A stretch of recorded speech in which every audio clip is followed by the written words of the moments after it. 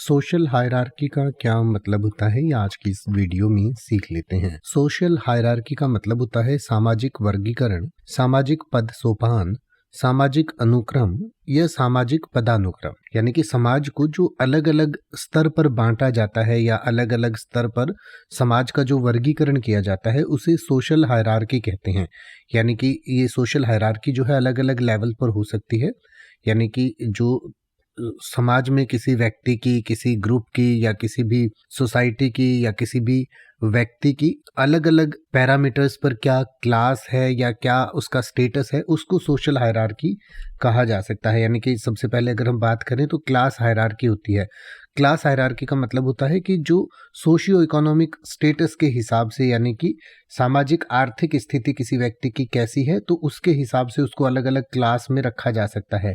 यानी कि जैसे हम कहते हैं ये मिडिल क्लास है, ये अपर मिडिल क्लास है, ये लोअर मिडिल क्लास है, तो वो एक क्लास हायरार्की हो सकती है। इसके अलावा कास्ट सिस्टम कुछ देशों में चलता है, तो कास्ट सिस्टम के हिसाब से भी ऐसा माना जाता है कि ये कास्ट अपर कास्ट है, ये कास्ट लोअर कास्ट है और इस कास्ट के बाद ये कास्ट, इस तरीके से जो कास्ट सिस्टम होता है। हालांकि हम कास्ट सिस्टम का समर्थन नहीं करते हैं और यह वीडियो हम शैक्षणिक उद्देश्य से बना रहे हैं। हमारे हिसाब से सभी लोगों को बराबर का दर्जा दिया जाना चाहिए। तो एक कास्ट हायरार्की हो सकती है। इसके अलावा और भी अलग अलग समाजों में अलग अलग तरीके की हायरार्की होती है। पॉलिटिकल हायरार्की हो सकती है, रिलीजियस हायरार्की हो सकती है, यानी कि धर्म के हिसाब से कोई ऊपर कोई नीचे बताया जाता है या होता है।